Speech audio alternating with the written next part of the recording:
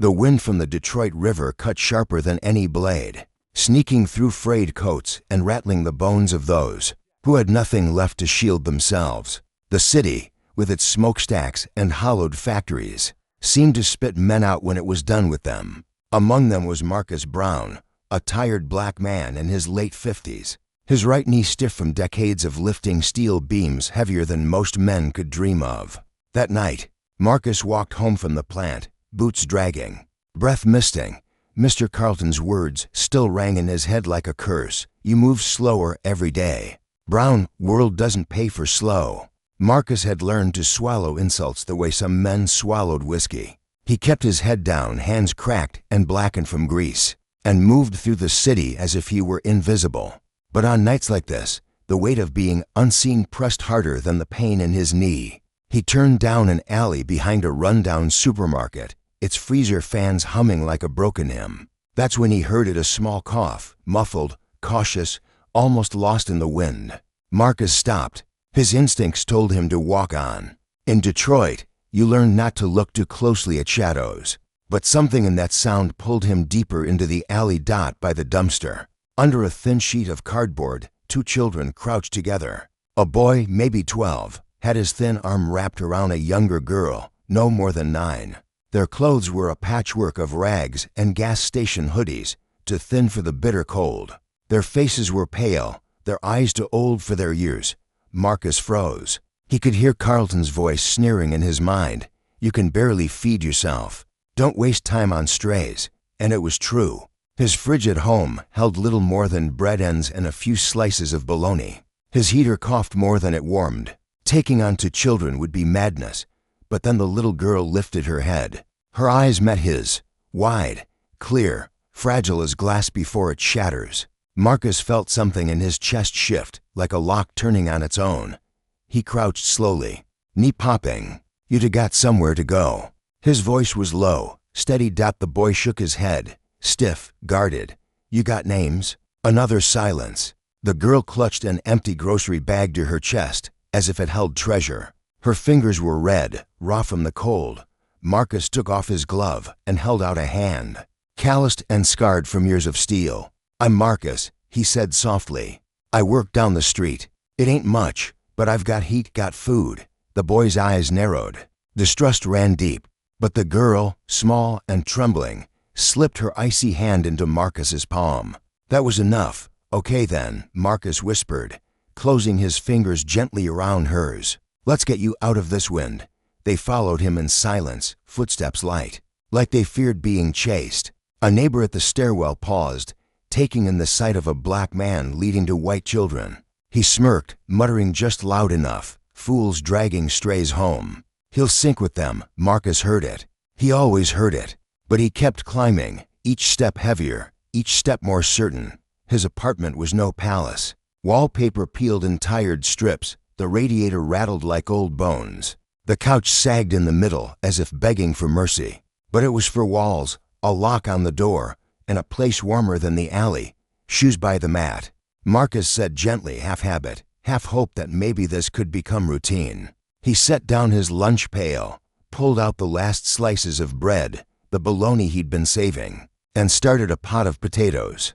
He laid an old blanket across the couch, trying to make it look like more than it was. The children hovered by the door, uncertain. Marcus poured tea into chipped mugs, slid one toward the girl. She held it with both hands, steam hiding her face.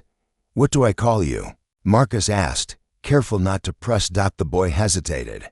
His voice cracked like dry wood. Ethan, he muttered, jerking his head toward the girl. Lily, Marcus smiled, small and real. Good to meet you, Ethan. Good to meet you, Lily. They ate as if the food might vanish if they paused. Marcus watched, pretending not to notice the desperation in each bite. He cut the sandwich into thirds and took the smallest portion. Doctor's orders, he joked, and Lily gave the faintest giggle later. As they curled under the blanket, Ethan's arms still draped around his sister. Marcus sat by the window, rubbing his aching knee. He thought about the rent due, the bills piling, the way Carlton would sneer if he knew. Every number in his head told him this was impossible. But when he looked at the couch, at two fragile lives breathing steady in the safety of his home, Marcus picked up the pen dangling from the old calendar and wrote one word in the box for today: stay. That night, in a room meant for one, 3 people began something that would change all their lives. The first morning came with thin sunlight sneaking through torn curtains. Marcus woke before the children, body tuned by decades of factory bells. His knee throbbed, his back ached, but the sound he noticed most was soft sets of breathing. Steady, safe. He hadn't heard that in years. Ethan stirred awake like a soldier, shoulders tensing until he saw Lily still beside him. Lily blinked sleepily, face softer than the night before. Childhood had returned, even if just for a moment. Breakfast was modest, the last of the bread, crisped in a skillet with potatoes fried brown. Marcus served it like a feast, sliding the bigger portions toward them. Eat up. They don't wait on empty stomachs.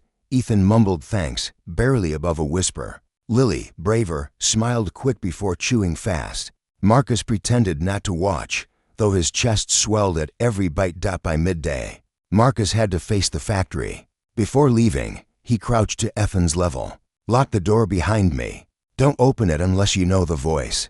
I'll be back after the whistle. Ethan squared his shoulders, trying to sound older than he was. We can manage, Marcus nodded. I know you can, but let's manage together. The walk to the plant cut through streets, lined with shuttered shops and graffiti warnings. The steel factory loomed ahead, its smokestacks coughing gray clouds into a gray sky. Inside, the clang of iron drowned out everything else. Carlton, the supervisor, stalked the aisles. His voice cracked like a whip. Brown. Even the strays you picked up could move faster than you. The men laughed, some cruel, some nervous. Marcus bent to his work, silent, letting the insult bury itself under layers of sweat and steel. His body carried it home with the limp, but his tongue stayed quiet. That night, the weight shifted the moment he opened his door. Lily ran to him with a picture, 3 figures holding hands under a sun too bright to be real. Ethan stood proudly with a school book, stumbling through sentences, eager to prove what he'd learned. Marcus listened, correcting gently when Ethan faltered. Sound it out. Don't let words scare you. He wasn't much of a reader himself, but he knew the value of not fearing the page. Dinner was soup stretched thin, bread divided carefully. Again, Marcus took the smallest portion. Doctor's orders, he joked, and Lily's giggle filled the apartment like music. But outside those walls, whispers sharpened. In the stairwell, a woman muttered. A black man raising 2 white kids. He'll drag them down with him. At the corner store, 2 men leaned on the counter. He'll lose his job. They'll turn on him when it counts. Marcus heard it all. He always did. He carried their scorn the way he carried steel beams, without complaint, without answer. But it pressed heavier with each step home. Inside, though, he built something different. He taught Ethan how to change a tire in the lot behind the building, showing him how to grip the wrench firm. He guided him on shaking hands with dignity. For Lily, he spread coins on the table, teaching her to count and budget. Every penny matters, he told her, but what matters more is holding your head high, even when folks try to bend you small. He became their anchor in ways unseen, patching Ethan's jacket with crooked stitches, slipping his own socks onto Lily's feet when hers tore through. On nights when the heater coughed and failed, he pulled them close and pretended his own shivers didn't exist. The children gave back in their own way. Lily began to hum while sketching, soft tunes that soothed the sharp edges of the day. Ethan, once suspicious, started placing books on Marcus's chair before leaving for school. Small offerings of trust. Then came the first real test. One winter evening, Lily's cheeks burned with fever. Marcus carried her to the clinic, his hand steady around hers. The next morning, he went to Carlton. "Sir, I need time off to take her back for a checkup." Carlton sneered. "She's not yours. Stop playing father. Get back on the floor." Marcus stood his ground. "She needs a doctor." Carlton's voice cut cold. "You walk out, you lose half your pay." And Marcus walked out. He held Lily's hand through white hospital corridors, ignoring the storm he knew was waiting. That night, when the paycheck came slashed in half, he folded the stub into his pocket, served soup, and smiled as if nothing had changed. Sacrifice stacked on sacrifice. Neighbors muttered. Carlton's sneers grew louder. But inside that peeling apartment, 3 people sat together at a wobbly table, sharing thin meals and thick love. Marcus never spoke the word family. He didn't need to. It lived in every skipped meal, every patched sleeve. Every night he stood guard over their sleep, and though the world outside dismissed them, inside those walls a bond was forming, fragile, unshakable, destined to echo louder than anyone could imagine. Detroit didn't forgive. It was a city that watched every stumble and waited to remind you of it. For Marcus, forgiveness came even harder from the mouths of neighbors down at the corner shop. A woman with curlers in her hair leaned to another, not even bothering to lower her voice. A black man raising 2 white kids? It's unnatural. They'll betray him the first chance they get.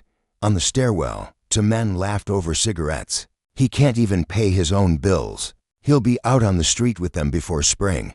The words stuck like burrs in Marcus's coat, but he didn't answer. Silence was armor. He had learned long ago that arguing only fed their fire. He carried their judgment the way he carried steel beams, quietly, letting it bend his back but never break his grip. Inside the apartment, the story was different. Ethan's shoulders, once always tense, began to loosen at home. He shadowed Marcus in the evenings, watching him patch a tire in the lot behind the building. Strong hands, steady hands, Marcus instructed, guiding his grip on the wrench. That's how people know they can trust you. He taught the boy to look a man in the eye, to shake a hand firm and certain. Dignity, Marcus said, is something no one can hand you. You build it, one piece at a time.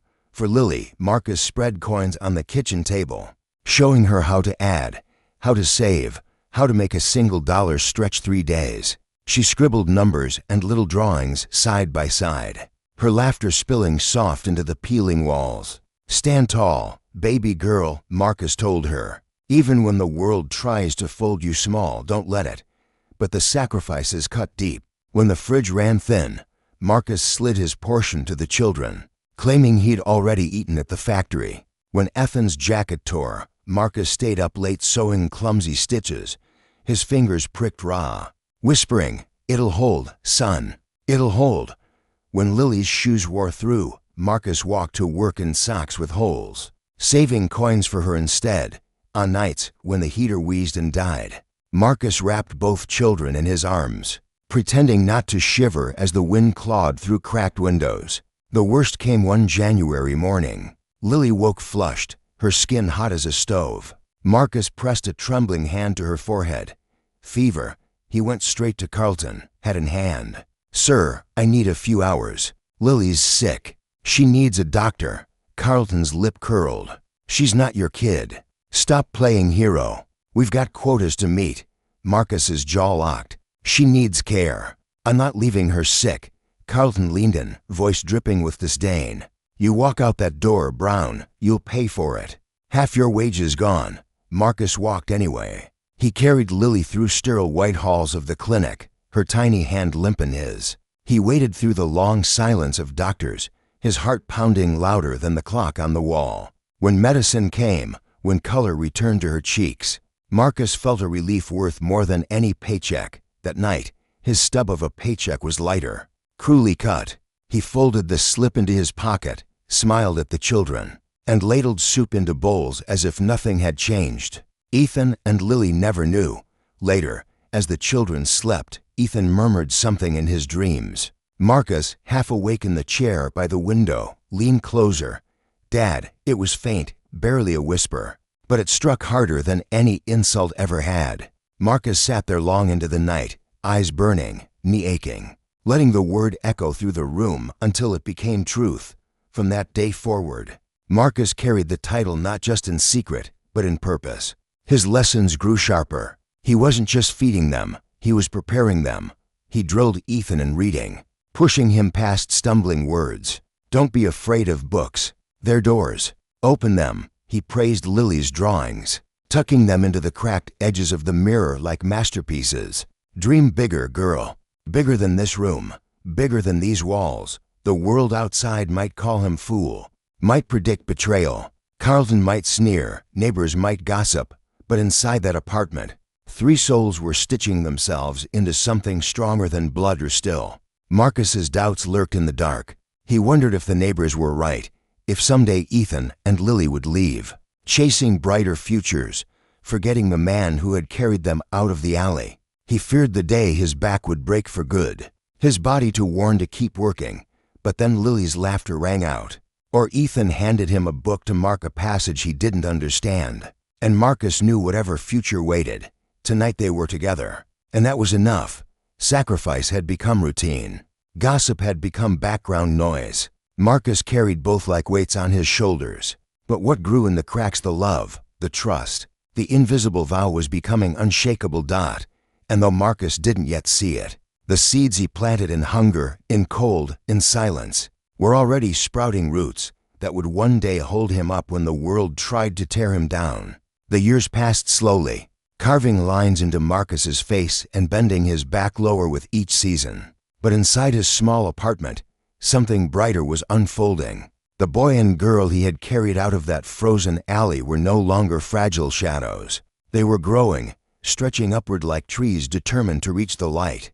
Ethan, the boy who once guarded his sister with silence, had discovered the power of books. He read everything he could find, from torn newspapers to discarded textbooks, and he scribbled essays late into the night with a determination that reminded Marcus of men who refused to quit even when the odds said otherwise. When Ethan entered a city essay contest and won second place, Marcus held the newspaper clipping in his rough hands as though it were a crown. He tapped the boy's name printed in ink and whispered, "Strong hands, strong mind. That's you, son." Ethan tried to hide his smile, but Marcus saw it all the same, and it lit something deep in his chest. Lily, once the timid girl hiding behind her brother's arm, found her strength in words too, but hers came out loud and clear. She joined the debate club at school, her small frame standing firm as her voice sliced through arguments twice her size. Teachers leaned forward, surprised at her confidence, and classmates listened whether they wanted to or not. At home she filled notebooks with poems and stories, tales of people lost and found, of cold alleys and invisible men who carried others when no one else would. Marcus read them with misty eyes, though he pretended his failing sight was to blame. When she came home one day with a certificate clutched in her hand, shouting that she had won first place in a school journalism contest, Marcus lifted her into the air, laughing so loud that even the neighbors paused. "I'm proud of you, baby girl," he said, his voice breaking. "Keep that voice. The world needs it." The cracked walls of the apartment became a gallery of triumph. Ethan's scholarship letters, Lily's certificates, drawings from years ago, all pinned crookedly across the peeling wallpaper. For Marcus, those papers were gold.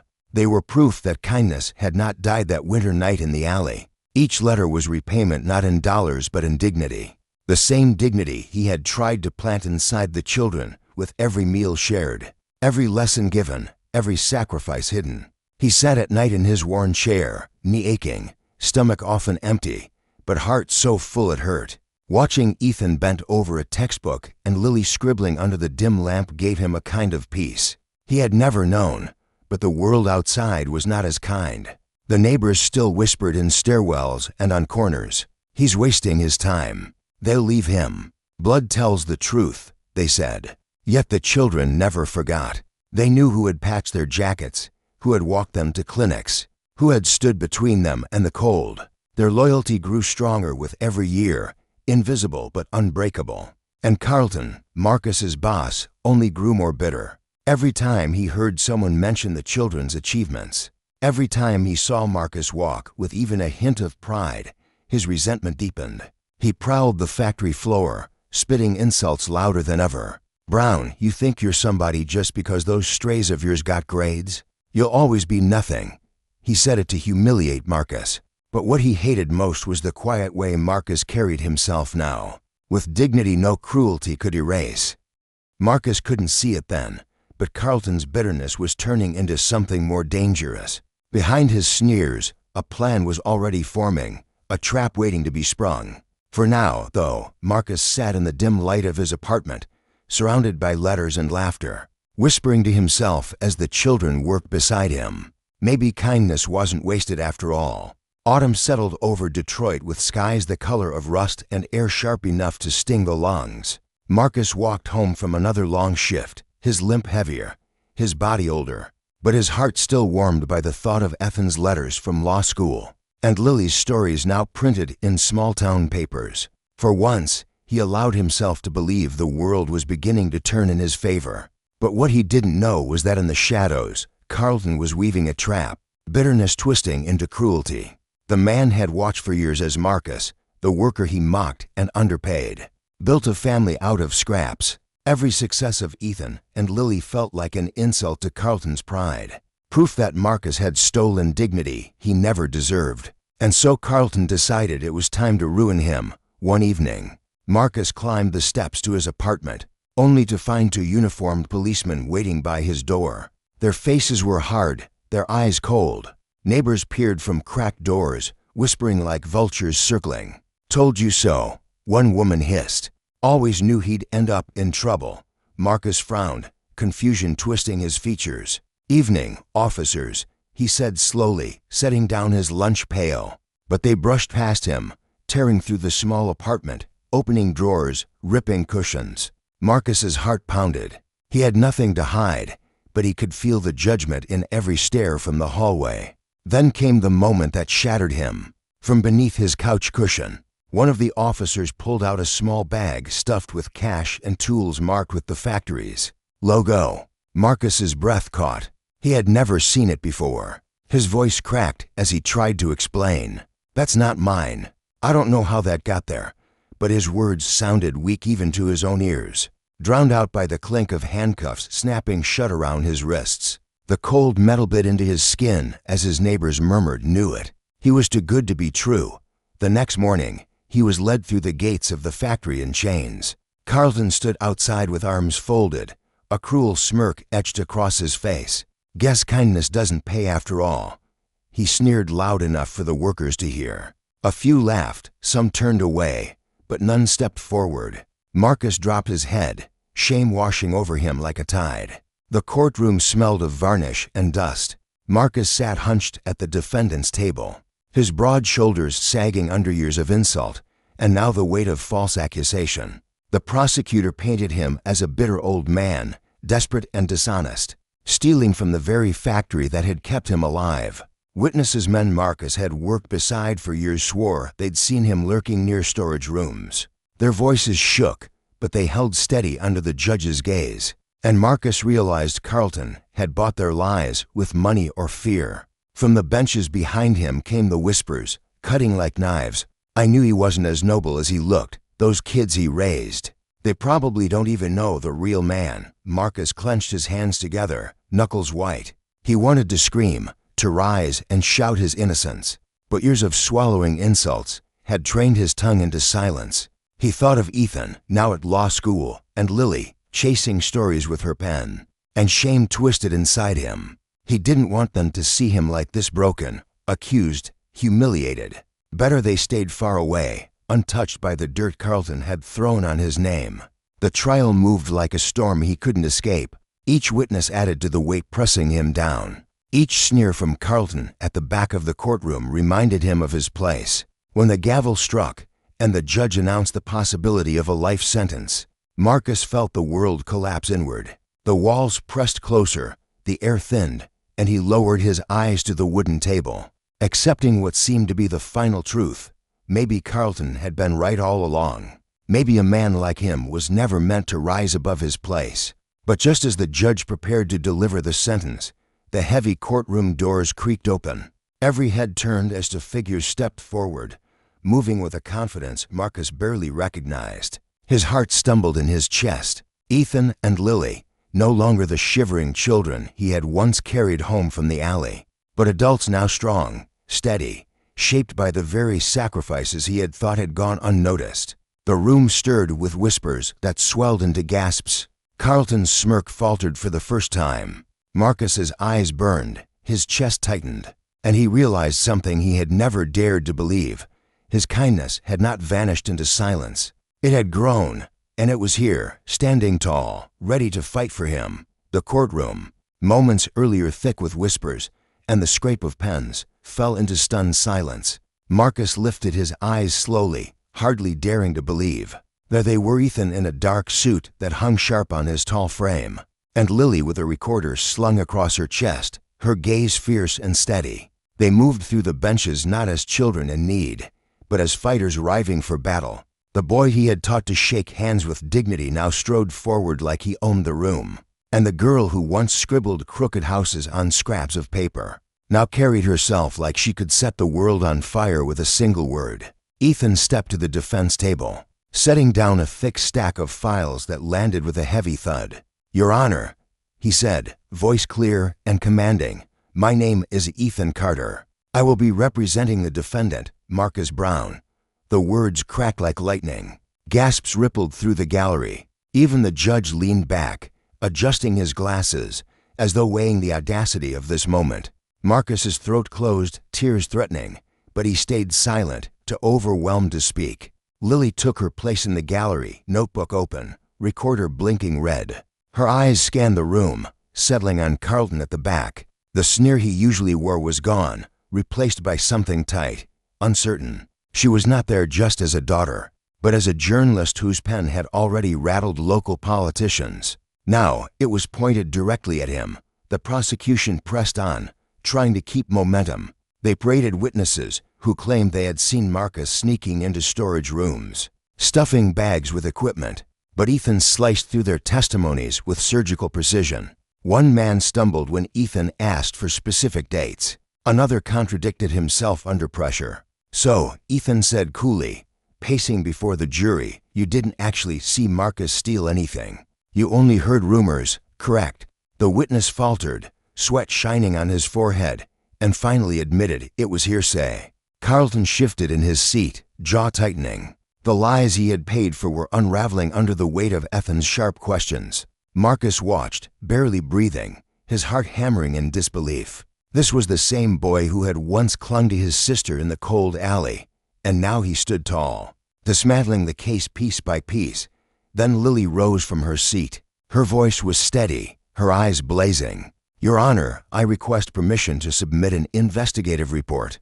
The judge raised an eyebrow but allowed it. Lily handed forward documents pages detailing Carlton's history of wage theft, harassment of workers, and falsified accounts at the factory. She had dug into company records, interviewed frightened employees, and traced money where it didn't belong. "This man," she declared, pointing directly at Carlton, "has spent years exploiting workers, manipulating accounts, and now framing Marcus Brown to cover his own crimes."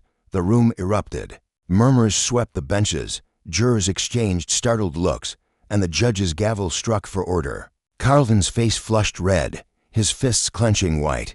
He opened his mouth as if to protest, but Lily's voice cut sharper. "We have proof, documents, witnesses willing to testify under protection. The only thief here is not Marcus Brown, it's Carlton." The prosecution faltered, scrambling to regain control, but momentum was gone. Ethan hammered the final nails into their collapsing case, presenting time cards and records that proved Marcus couldn't have been near the stolen goods. One by one, the lies collapsed until nothing remained but the truth shining clear.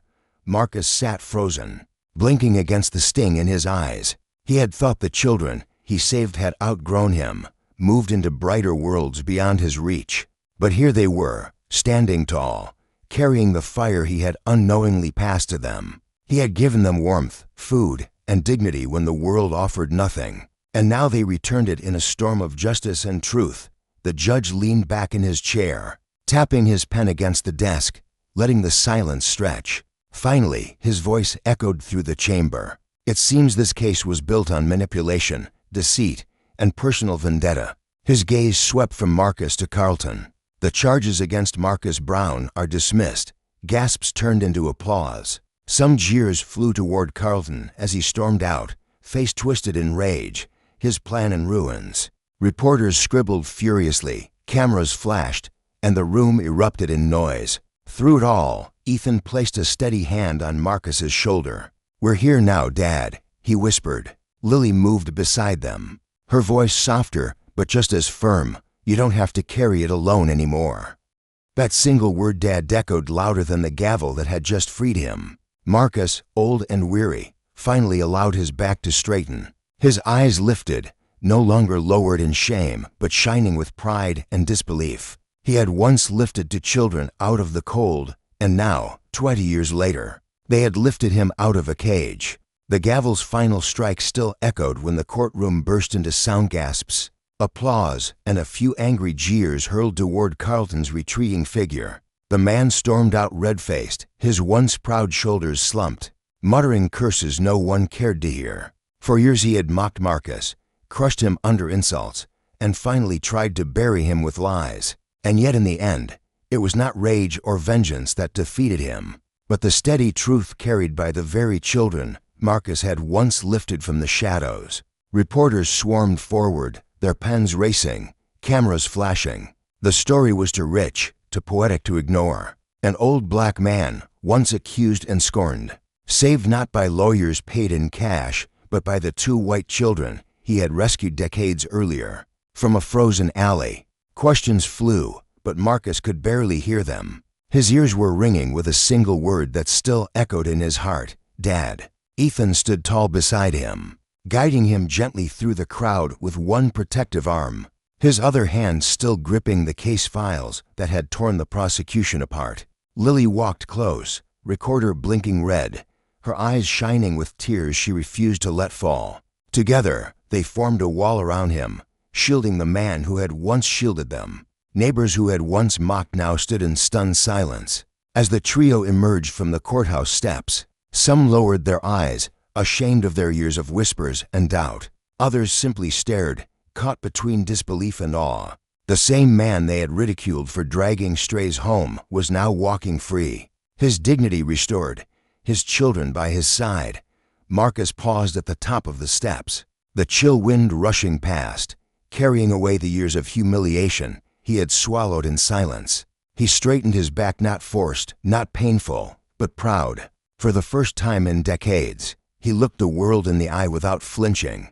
His voice, when it came, was low but steady. Kindness doesn't die. It waits, it grows, and when the time is right, it saves. Ethan and Lily each slipped a hand into his. The weight of those small, trusting fingers from long ago returned to him now, but stronger, firmer, unbreakable. The circle was complete. He had carried them when they could not walk. Now they carried him when he had nearly fallen.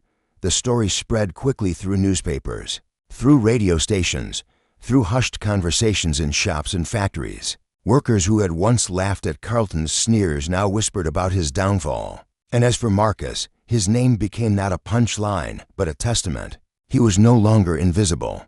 He was the man who had saved two children and, in the end, been saved by them. That night, back in the same apartment where it all began, Marcus sat in his worn chair by the window. The peeling wallpaper still clung to the walls, the radiator still hissed and rattled, but the room felt different. Ethan sorted through files at the table, Lily scribbled notes for her article, and their laughter filled the space like music. Marcus watched them, heart swollen, and let the simple truth settle into his bones. Family wasn't written in blood, or decided by the cruel voices of neighbors. It was built in small acts of sacrifice, in quiet nights of hunger, in every choice to love when it was easier to look away. 20 years earlier, on a winter night, he had reached out his rough hand to the shivering children and told them, "Come on." Not tonight. He hadn't known then how much it would cost him, nor how deeply it would save him. But now, as he listened to their voices echo in his home, he knew that choice had been the greatest he ever made. Outside, the city still groaned with smoke and steel, with cruelty and injustice. But inside those four walls, kindness had proven stronger, and Marcus Brown, once bent under the weight of the world, finally stood free, an old man, a father, a survivor lifted not by power or wealth, but by the love he had planted and the justice it had grown. Because in the end, kindness does not vanish. It waits, it grows, and when the time comes, it saves.